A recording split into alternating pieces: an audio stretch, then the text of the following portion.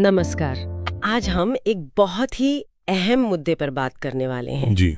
Staff selection commission मतलब SSC की परीक्षाओं को लेकर जो गड़बड़ियों के आरोप लग रहे हैं उस पर छात्र फिर से दिल्ली में प्रदर्शन कर रहे हैं। हाँ, ये दूसरी बार है ना, अगस्त में भी हुआ था। बिल्कुल, अगस्त की शुरुआत में भी एक बड़ा प्रदर्शन हुआ था और अब फिर से मतलब हजारों छात्र, उनके शिक्षक सब दिल्ली के रामलीला मैदान में जुटे हुए हैं, अपनी आवाज उठा रहे हैं। तो आज जो हम बात करेंगे वो सब जानकारी वहीं से आ रही है, जो खबरें हैं, जो छात्र शिक्षकों से बात हुई है, सोशल मीडिया पर जो चल रहा है उस पर आधारित है। जी। और हमारा मकसद सिर्फ ये बताना नहीं कि क्या हो रहा है, बल्कि ये समझना है कि भाई ये बार बार क्यों हो रहा है, क्या है वो दिक्कतें जो ये युवा महसूस कर रहे हैं। सही बात है। और वो क्या बदलाव चाहते हैं असल में। तो गहराई में जाते हैं इसके। हाँ, तो चलिए खोलते हैं इस पूरे मामले की परतें और समझते हैं कि ये एसएससी वाला जो मुद्दा है ये है क्या और कितना गंभीर है। तो सबसे पहले अभी जो चल रहा है उसे थोड़ा पिछले वाले से जोड़कर देखना होगा। जी, अगस्त वाले से। हाँ, अगस्त की शुरुआत में जब ये छात्र और शिक्षक आए थे दिल्ली, तो हमने देखा था माहौल काफी तनावपूर्ण हो गया था। हाँ, खबरें तो थी। खबरें आई, तस्वीरें भी थीं कि कथित तौर पर बल प्रयोग हुआ, छात्रों को घसीटा गया सड़कों पर। और ये भी सुनने में आया कि कुछ शिक्षकों पर एफआईआर हुई, गिरफ्तारी हुई, छात्रों को भी काफी देर तक मतलब इधर-उधर घुमाया गया। जी, ये बातें सामने आई थी। तो वो जो अनुभव था वो कहीं न कहीं इस बार के प्रदर्शन की आप कह सकती हैं पृष्ठभूमि बना रहा है। बिल्कुल, एक तरह की नाराजगी पहले से थी। हाँ, और इसी माहौल में 24 अगस्त यानी इतवार को सुबह 9 बजे से रामलीला मैदान में ये नया प्रदर्शन शुरू हो गया। और इस बार संख्या काफी ज्यादा लग रही है। हाँ, ये कोई छोटा-मोटा जमावड़ा नहीं है। जो शुरुआती खबरें हैं, हजारों छात्र और शिक्षक हैं और देश के अलग-अलग कोनों से। कहाँ से आए हैं लोग? राजस्थान, हरियाणा, मध्य प्रदेश, फिर जो कोचिंग हब हैं जैसे पटना, प्रयागराज, वहां से भी बहुत छात्राएं हैं। अच्छा, मतलब पूरे देश का मुद्दा लग रहा है ये। हाँ, ये दिखाता है कि परेशानी व्यापक है, किसी एक जगह की बात नहीं है।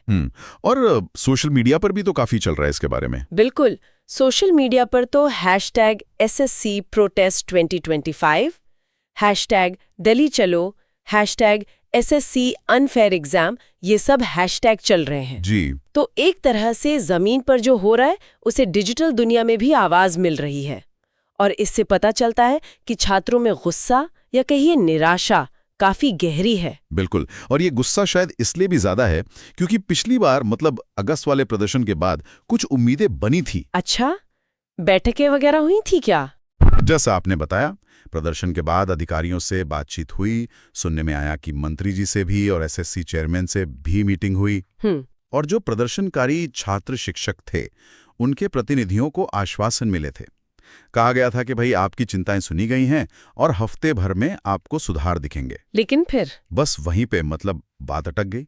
छात्रों और शिक्षकों का यही कहना है कि वो वादे, वो आश्वासन, वो हवा हवाई साबित हुए। कोई उदाहरण है इसका, मतलब क्या वादा पूरा नहीं हुआ? एक उदाहरण जो बार बार आ रहा है वो है स्टेनो की परीक्षा के सेंटर का। कहा गया था कि किसी को बहुत दूर सेंटर नहीं देंगे ताकि आने जाने रहने में दिक्कत ना हो। हाँ, ये तो जरूरी बात है। पर आरोप है कि हुआ ठीक उल्टा। छात्रों को सैकड़ों किलोमीटर दूर सेंटर दे दिए गए। ओह। तो ये बस एक उदाहरण है, लेकिन ये दिखाता है कि भरोसा टूटा है और शायद यही वजह है कि उन्हें फिर से आना पड़ा। भरोसे का संकट। जी, और इसीलिए इस बार उनका रवैया ज्यादा साफ है और शायद थोड़ा सख्त भी। क्या कह रहे हैं वो इस बार? उनका साफ कहना है, भाई अब हमें बस बातें नहीं चाहिए, कोई मीटिंग के मिनट्स नहीं, हमें चाहिए ऑफिशियल नोटिस, लिखित में चाहिए कि क्या कदम उठ रहे हैं और कब तक। मतलब ठोस कार्रवाई। हाँ बिल्कुल, ठोस कार्रवाई। अब सिर्फ बातों से काम नहीं चलेगा। यही भरोसे का संकट है जो उन्हें दोबारा सड़क पर ले आया है। और ये भरोसे का संकट तब और गहरा लगता है जब हम उन शिकायतों को देखते हैं जो छात्र उठा रहे हैं। ये सिर्फ मतलब देर हो गई या सेंटर दूर मिल गया, ऐसी बातें नहीं है। नहीं, ये तो परीक्षा की जो मूल प्रक्रिया है, उसकी क्वालिटी है, उस पर ही बड़े सवाल हैं। जी, बहुत गंभीर सवाल हैं। सबसे अजीब शिकायतों में से एक तो वो सवालों को लेकर है जो परीक्षा में पूछे जा रहे हैं। हाँ, वो रीजनिंग वाला। हाँ, वो सोशल मीडिया पर भी घूम रहा था कि सवाल है अगर AB = 3.2 है तो सही विकल्प क्या है, और विकल्प क्या है, 1 चिड़िया उड़ सकती है, 2 नाव तैर सकती है। मतलब ये तो मजाक है एक तरह से। बिल्कुल। एक ऐसी परीक्षा के लिए जो देश में इतने महत्वपूर्ण पदों के लिए हो रही है, इनकम टैक्स इंस्पेक्टर वगैरह, उसमें ऐसे सवाल। अविश्वसनीय लगता है। और सिर्फ यही नहीं, अधूरे सवाल, गलत विकल्प, ऐसी भी बहुत शिकायतें हैं।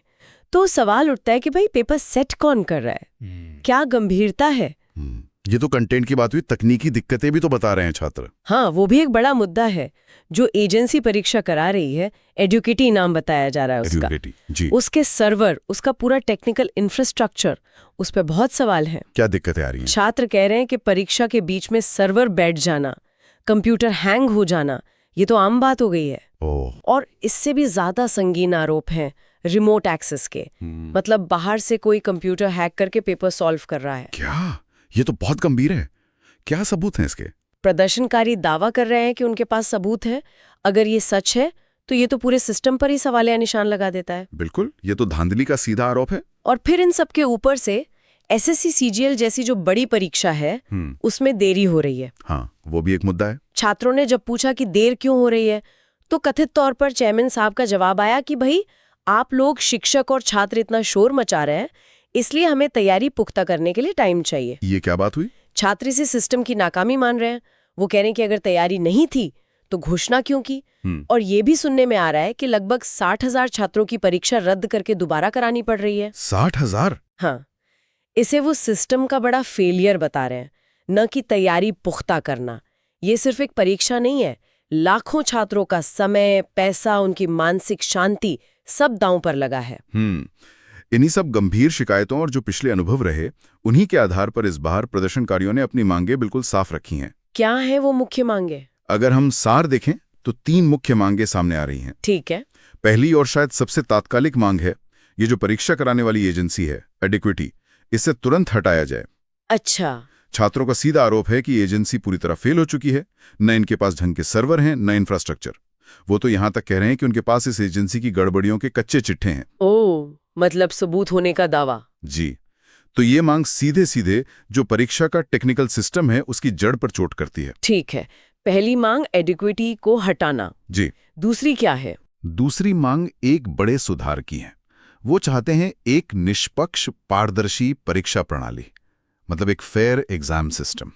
ये सिर्फ एसएससी के लिए या सबके लिए? नहीं, ये सिर्फ एसएससी नहीं, बल्कि रेलवे और जो भी बड़ी सरकारी भर्तियां हैं सबके लिए। अच्छा, इसमें क्या खास बात है? इसमें सबसे जरूरी है एक फिक्स्ड कैलेंडर, पहले से तय हो सब कुछ। मतलब साल की शुरुआत में ही पता चल जाए कि नोटिफिकेशन कब आएगा, परीक्षा कब होगी, रिजल्ट कब आएगा। ये जो अनिश्चितता रहती है ना कि पता नहीं कब क्या होगा, हाँ, वो छात्रों पर बहुत प्रेशर डालती है। जी। तो वो एक निश्चितता चाहते हैं, एक तयशुदा कैलेंडर। ठीक है, एजेंसी हटाओ, फेयर सिस्टम लाओ जिसमें कैलेंडर हो। और तीसरी मांग? तीसरी मांग थोड़ी नई है और काफी दिलचस्प भी। वो है स्टूडेंट कमीशन ऑफ इंडिया बनाने की। स्टूडेंट कमीशन ऑफ इंडिया, भारतीय छात्र आयोग, ये क्या चीज है? हाँ, ये एक तरह की स्थायी इंडिपेंडेंट बॉडी की मांग है। आप इसे सलाहकार समिति समझ सकती हैं, या शिकायत निवारण मंच, या फिर इन प्रतियोगी परीक्षाओं की तैयारी करने वाले। उनकी अकादमिक, प्रशासनिक या परीक्षा से जुड़ी जो भी समस्याएं हों, वो इस कमीशन में रख सकें और उनकी सुनवाई हो। ये आइडिया कहाँ से आया? उनका तर्क ये है कि जब देश में SC/ST कमीशन है, महिला आयोग है, अल्पसंख्यक आयोग है, तो देश की इतनी बड़ी छात्र आबादी, खासकर ये जो लाखों बच्चे कॉम्पिटिटिव एग्जाम देते हैं, उनके लिए कोई समर्पित बॉडी क्यों नहीं? बात तो सोचने वाली है। जी। तो ये 3 मुख्य मांगे हैं। पहली, तत्काल समाधान एजेंसी। दूसरी, व्यवस्था में सुधार, कैलेंडर। और तीसरी, एक स्थायी मंच, छात्र आयोग। ये मांगे दिखाते हैं कि छात्र अब सिर्फ फौरी राहत नहीं चाहते, वो एक परमानेंट सॉल्यूशन की तरफ देख रहे हैं। बिल्कुल। और ये सिर्फ कुछ हजार प्रदर्शनकारियों की बात नहीं है, ये उन लाखों युवाओं की चिंताएं हैं जो सरकारी नौकरी से अपना भविष्य देखते हैं। और इन मांगों की जो गंभीरता है, वो रामलीला मैदान में जो भीड़ जुटी है, जो माहौल है, उससे साफ दिख भी रही है। जी। हजारों छात्र शिक्षक हैं, आदित्य रंजन सर जैसे कई जाने माने टीचर्स भी वहां मौजूद हैं, छात्रों के साथ बिल्कुल कंधे से कंधा मिलाकर। हाँ, टीचर्स का रोल तो काफी अहम लग रहा है इसमें। बहुत। ये शिक्षक सिर्फ पढ़ा नहीं रहे, बल्कि छात्रों के इस संघर्ष में उनका साथ दे रहे हैं। कई तो एक दिन पहले ही पहुंच गए थे दिल्ली, सब व्यवस्था देखने, छात्रों का हौसला बढ़ाने। और ये जो पूरी भीड़ जुटी है, इसमें शिक्षकों की अपील का भी बड़ा हाथ है। नवीन सर जैसे टीचर्स ने सोशल मीडिया पर अपील की थी। हाँ, मैंने भी देखा था, काफी भावनात्मक अपील थी। हाँ, कि शांति से अपनी बात रखने के लिए ज्यादा से ज्यादा संख्या में दिल्ली पहुंचे। और उसका असर दिख रहा है। सोशल मीडिया, खासकर यूट्यूब, टेलीग्राम, ये सब एक बड़ा जरिया बने हैं छात्रों को जोड़ने का। जी, आजकल मोबिलाइजेशन ऐसे ही होता है। और सबसे ज्यादा जो बात छूती है वो ये कि छात्र कितनी मुश्किलों से पहुंचे। बिल्कुल। बसों में, ट्रेनों में भर भर कर आ रहे हैं। दूर दूर से। हाँ, दूर शहरों से, गांव से।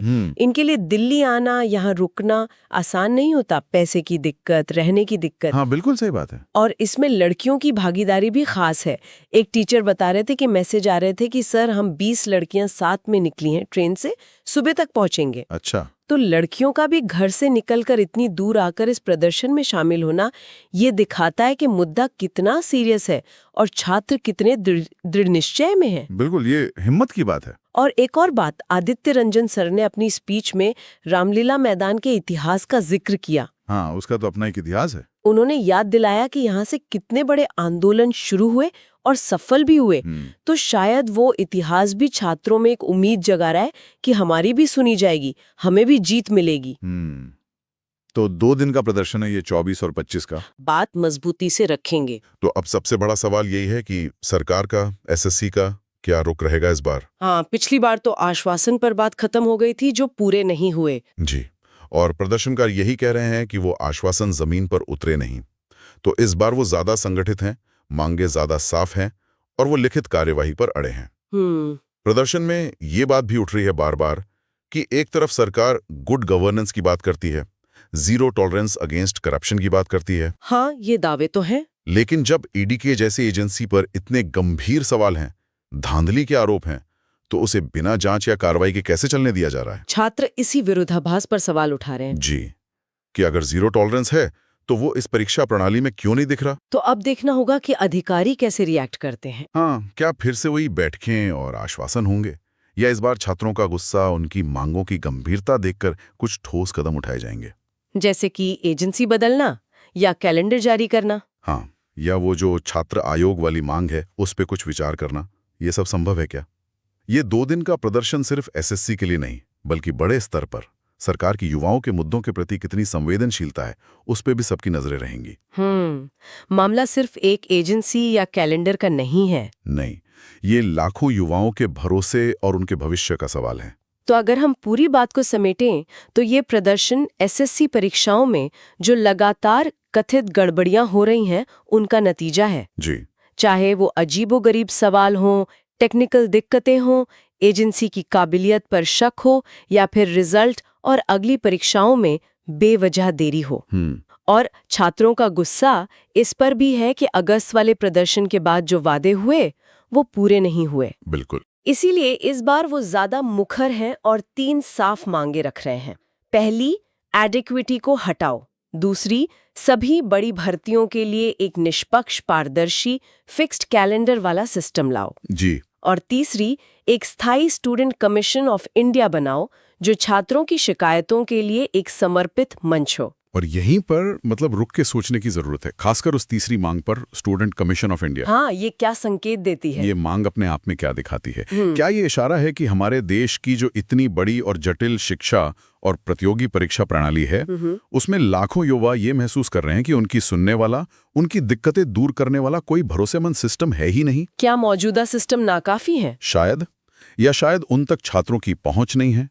ये मांग सिर्फ एक नए कमीशन की नहीं है, ये असल में इन बड़ी परीक्षा कराने वाली संस्थाओं, एसएससी हो, यूपीएससी हो, एनटीए हो, राज्यों के बोर्ड्स हो, उनकी जवाबदेही पर सवाल है। उनकी पारदर्शिता पर। प्रतिक्रिया देते हैं, इस पर एक बुनियादी सवाल है। क्या ये संस्थाएं सिर्फ परीक्षा कराने वाली मशीनें हैं, या फिर उन लाखों नौजवानों के प्रति भी उनकी कोई जिम्मेदारी बनती है जिनका भविष्य इन परीक्षाओं पर टिका है? ये वाकई एक गहरा सवाल है। जी, और शायद ये सवाल ही इस पूरे आंदोलन का सबसे अहम और दूर तक जाने वाला पहलू है।